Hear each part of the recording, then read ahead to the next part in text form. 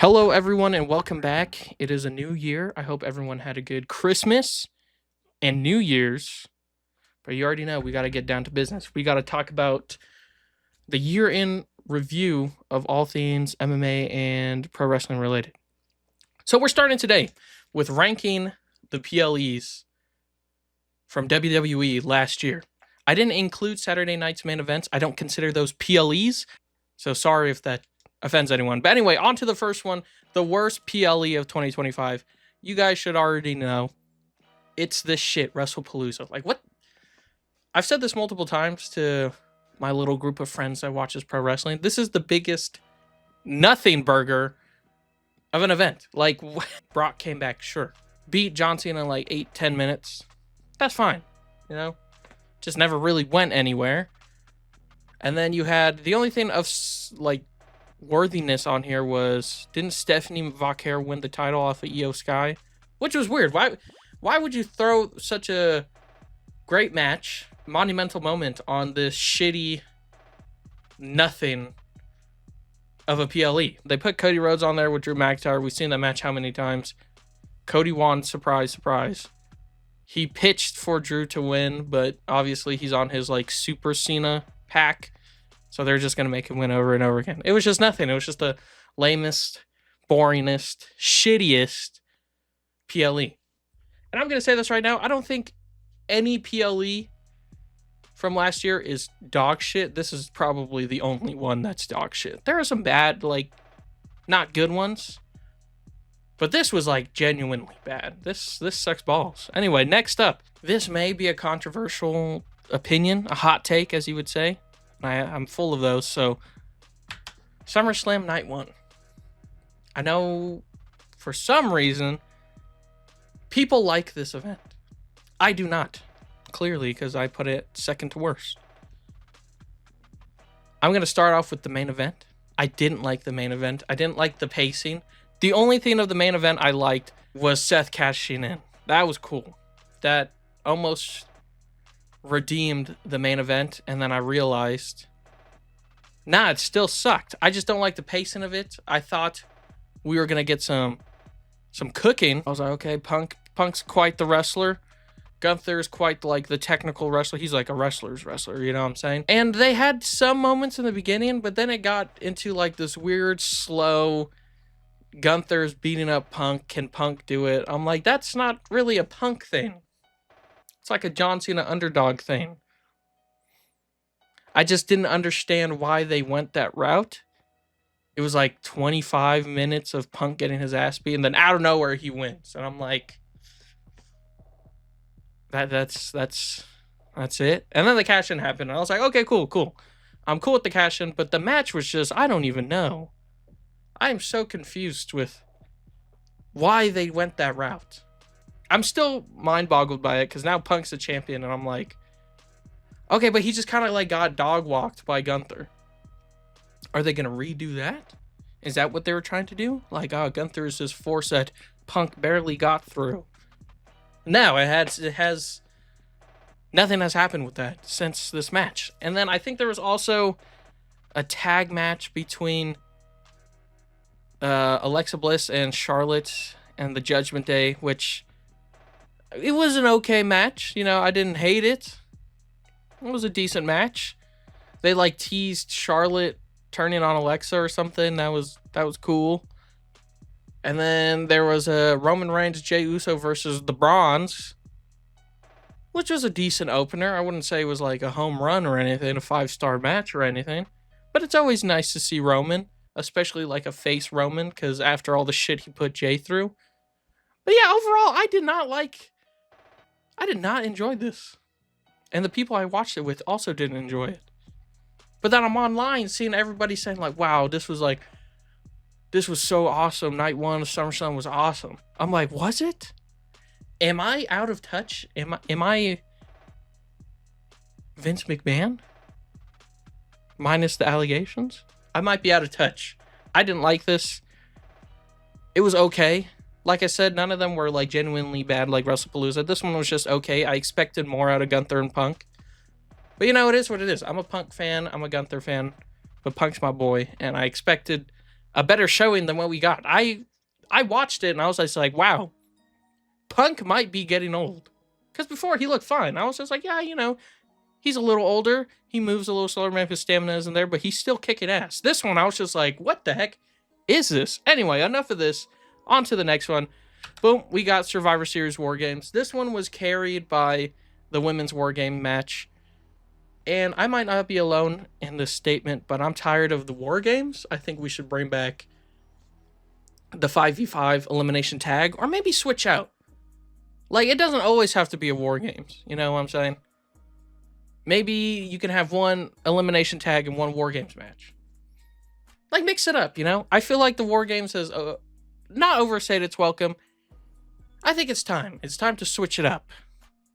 But I don't think they're going to do that. I think they're going to keep it the way it was. It was cool, It was cool seeing Brock in the War Games match type. It was all fun and games. And then the ending kind of ruined it. Like, with the stupid mask, man. I don't know why they did that. And then they're like setting up something with Braun and Punk. And I was like, cool. And like, I don't know. This was like, I might have to put this below.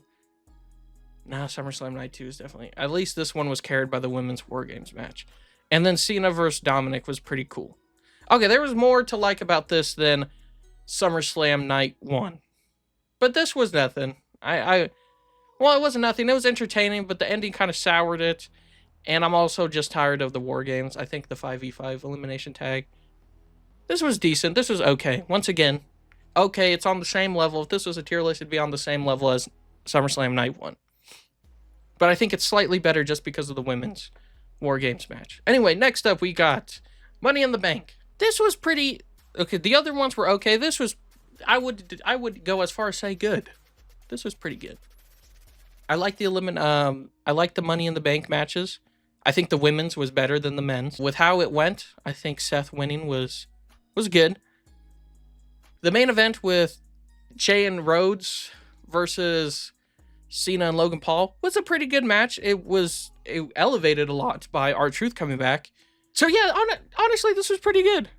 The only one I didn't really like, I think, is Lyra and Becky have their like second, third, fourth, fifth, sixth, 100th match. I don't know. They kind of dragged that out a lot. I don't know if this is the one where Bayley was in it, the triple threat. But yeah, that was like the only detractor. Everything else was pretty decent. The main event was cool. If no R-Truth, the main event would have been all right.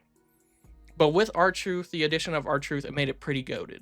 And then the Money in the Bank ladder matches were pretty awesome. The women's, I think, stole the show. I still go back and watch that one. And also, there was the impromptu match with Dominic Mysterio and Octagon Jr., if I'm not mistaken. So yeah, honestly, this was pretty good. Now we're in the pretty good territory. Okay, we'll say good. But this one was good. I like this one. Shout out Money in the Bank. Shout out Cena and teaming up with Logan Paul. I was not on my bingo card for 2025. Next up, we have Clash in Paris. This one, overall, I don't have many problems with it. I talked about this on my channel already. If you want to go watch that video and skip this one, I don't know. The only real problem was the Becky and Nikki match. It was cool seeing Nikki get back in there. But that was pretty much it. I mean, there was a few botches. Not going to call anyone out. The match was okay. It didn't go anywhere. That feud kind of went nowhere. Roman and Bronson Reed fought in this. Bronson won.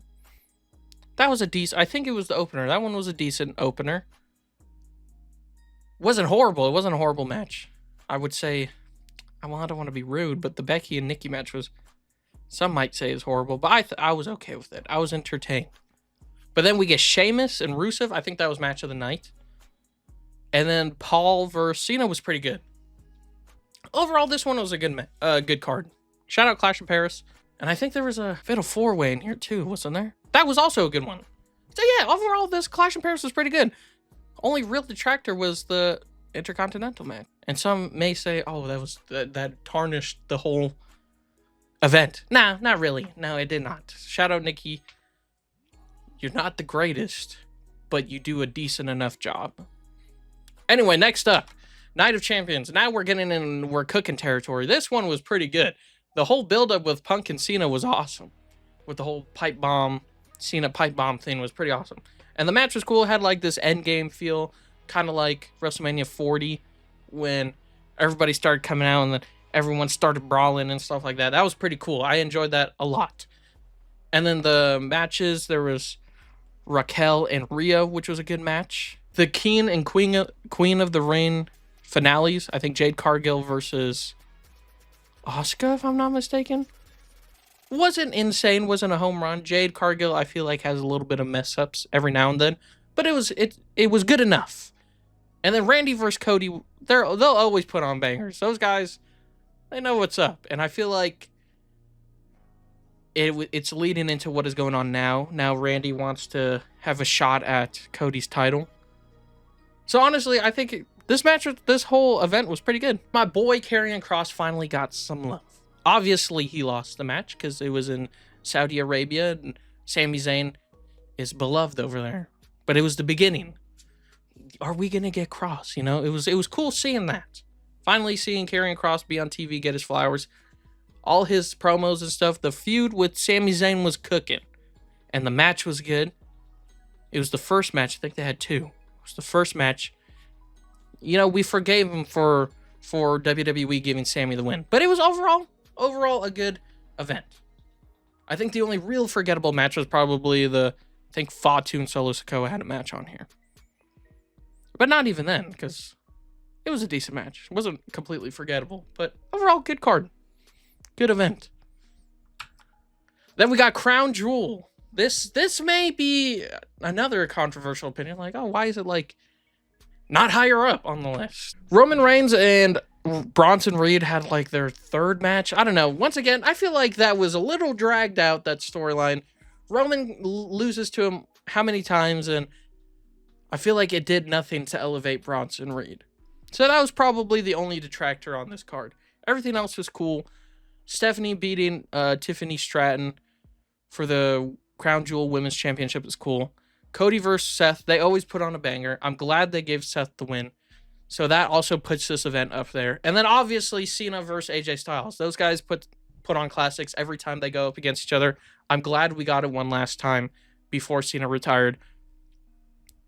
Yeah, good event. Not really much to shit on about this. This one was pretty good. It's kind of, all the good ones are very tough to rank, but I think this is a good spot for them. Some people may be like, what? No. This is a good placement for it. Anyway, next one, we got Backlash.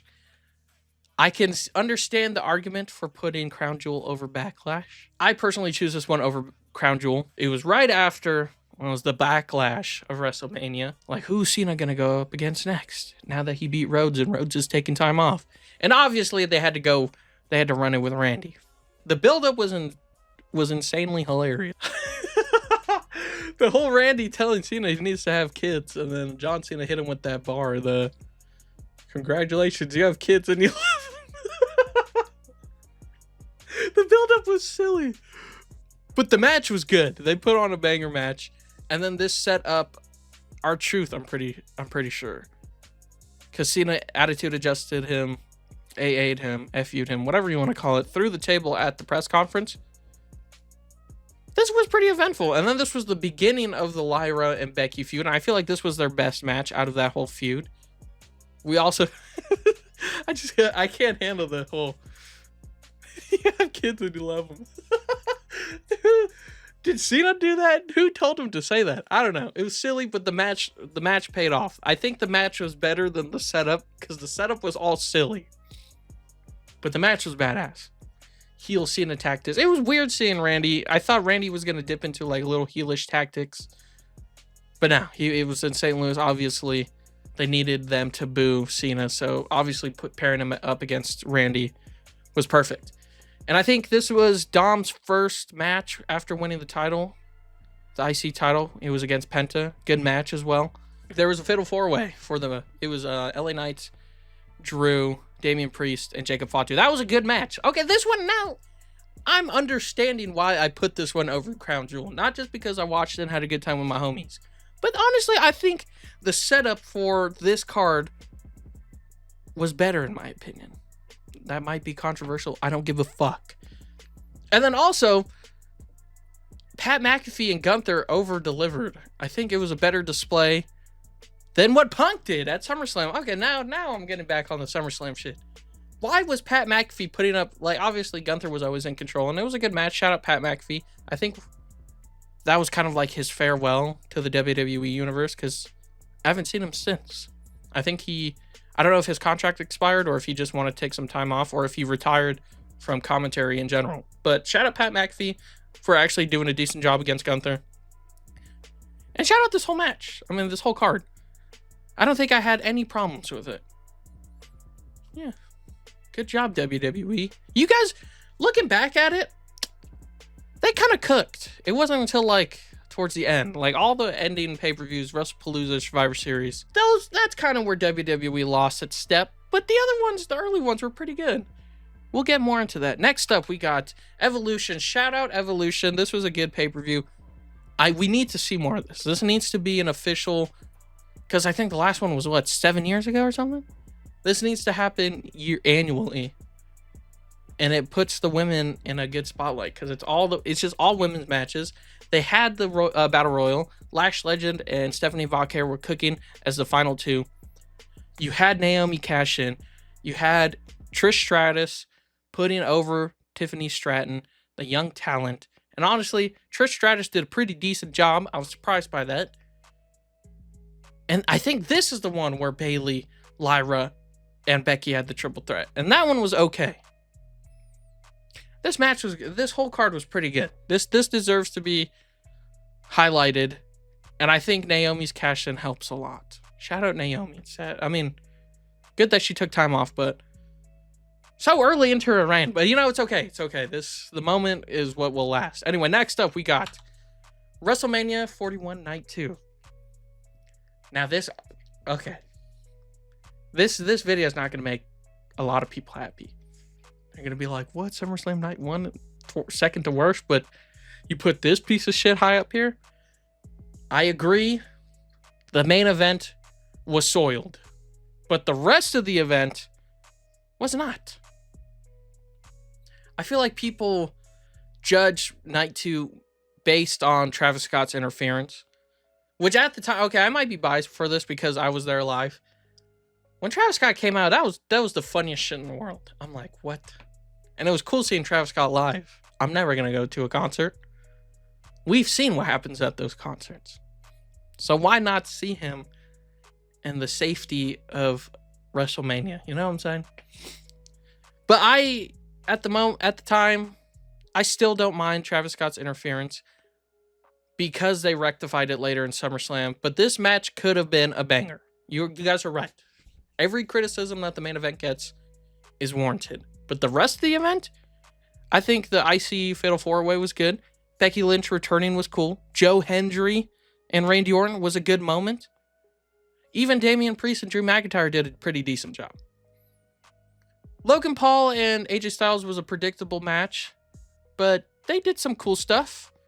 Logan Paul always does the cool stuff.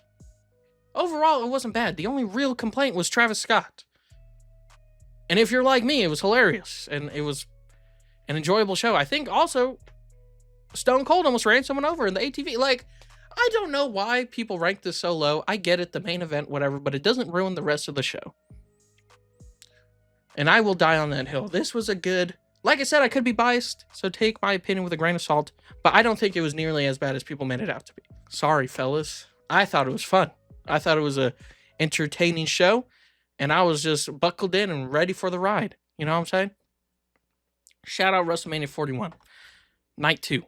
Anyway, up next, SummerSlam Night 2, the better night at SummerSlam. We got the banger main event, and obviously Brock Lesnar returned. That shit was fire.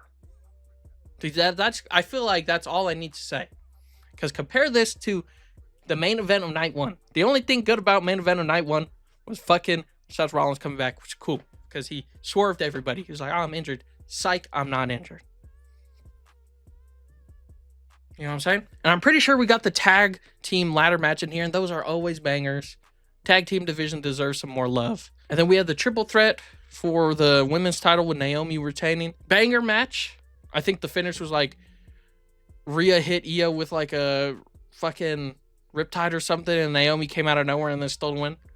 Shit was goated. Shit was awesome. And then we got the main event was awesome. The tag match was awesome. SummerSlam Night 2 made up for a lot of the problems I had with Night 1. So this, and like I said, it was the return of babyface John Cena, never give up John Cena. So obviously that's going to be placed seriously high on the list of PLEs. And then Brock Lesnar coming back, that was insane. I like cried and shit and vomited when he walked, when I heard the music. So, and also once again, the moment of being with all the people I watched it with, drinking, just having fun. This was a great show. This was a great show.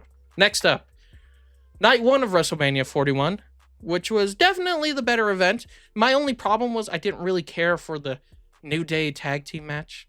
Everything else was cool. Rey Fenix taking Rey Mysterio's spot. Sure, he lost to El Grande Americano, but that was like Rey Fenix's third match in WWE, and he's already on WrestleMania with 65,000 people.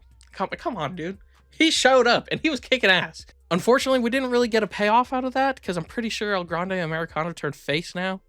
But there was never like a true feud with like Rey Mysterio, Rey Fenix, or Penta and all that. But the match was good, and I think that was the last time I've seen Chad Gable. But I know he's probably gearing up for a return at the Rumble, so I'm looking forward to that. Chad Gable's the boy. Shout out. And obviously the main event was good. The Tiffany and Charlotte match, not as good as Charlotte and Rhea, but it was decent. Sure, there was some like noticeable communication with certain spots, but they put on a good show. And then LA Knight versus Jacob Fatu was a banger. Both of those guys cooked. And then the main event was just awesome. And also, once again, I was there. I didn't watch this one live. I only went to Night 2.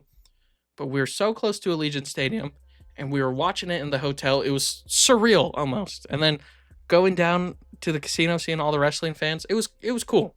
Maybe that added to it, but this was a good match. I mean, a good event. Shout out. Overall, WrestleMania 41, pretty good. Night 1 is definitely better than Night 2, mainly because the main event stunk. Like, what is it called?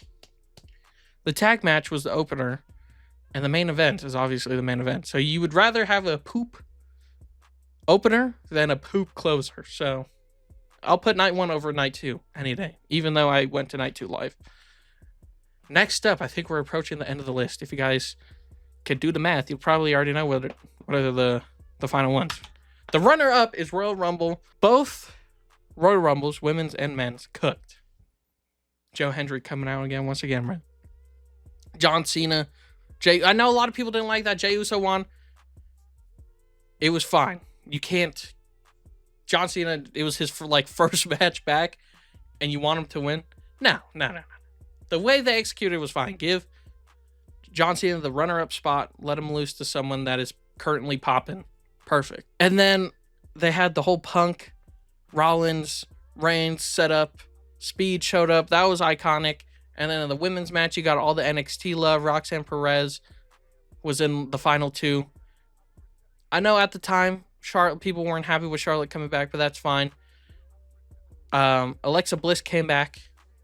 Both Royal Rumbles were heat. Women's and men's. And then you got the banger Cody Rhodes and Kevin Owens match. Like, bro. That match was insane. Shout out Kevin Owens. I hope he makes a speedy recovery and comes back. That's my dog. And I'm pretty sure there's a tag match in here too. I tend to forget that one.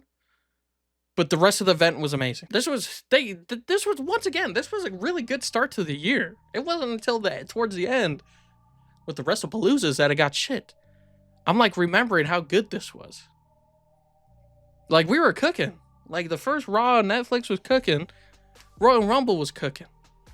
And then the final event that I'm about to talk about was cooking too, and that is Elimination Chamber.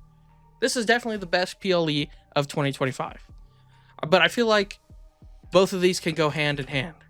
Obviously, Elimination Chamber is better than Royal Rumble, but Royal Rumble set up so many things for Elimination Chamber to be good. Because we had Kevin Owens and Sami Zayn, which was a banger match. The women's Elimination Chamber was a banger. The men's was a banger, and then we had the whole fucking I need your soul, and then Cody Rhodes telling The Rock to go fuck himself. And then obviously we got the heel turn, which was probably the most shocking event this year. I mean, I say this year, but it's 2026 now. Damn. I got caught lacking. Yeah, Elimination Chamber was no problems whatsoever. And then the press conference afterwards was a little iffy. The Rock, The Rock just does Rock things. And then once again, Travis Scott showed up. That was fun. Yeah, there's just the moment of Cena turning heel was insane. And then all those guys being in the ring was cool. Sure, it went nowhere, but the moment itself was quite shocking. Cena standing with those guys. The match itself was good. Set up Punk and Rollins. Set up all these things. Kevin Owens, Sami Zayn was good. The women's match was good. That set up the whole Jade Cargill, Naomi heel turn. That was insane. So yeah, overall, great event. This was top event of last year. Anyway, guys, I feel like I kind of been rambling. But there was a lot to talk about. I know there's a lot of criticism. I know a lot people call it, what is it called? The Ruthless Depression era or something. But looking back at it, we got a lot of good shit. We got a lot of good stuff last year. Is it as good as 2024? Probably not, but I think it's a good year in WWE and pro wrestling in general. The whole TNA thing, their partnership, NXT was cooking. The main roster slipped a little bit, like I said, with the WrestlePaloozas and all that stuff. Just the whole end of the year, things started getting repetitive, but it's looking good for 2026. But here's hoping. Here's hoping Royal Rumble cooks. Anyway, guys, let me know what you think. Like, subscribe, do whatever the fuck you want. Flame me in the comments. I think, like I said, I don't think I'm going to make a lot of people happy with this. Anyway, thank you for watching, and have a great rest of your day.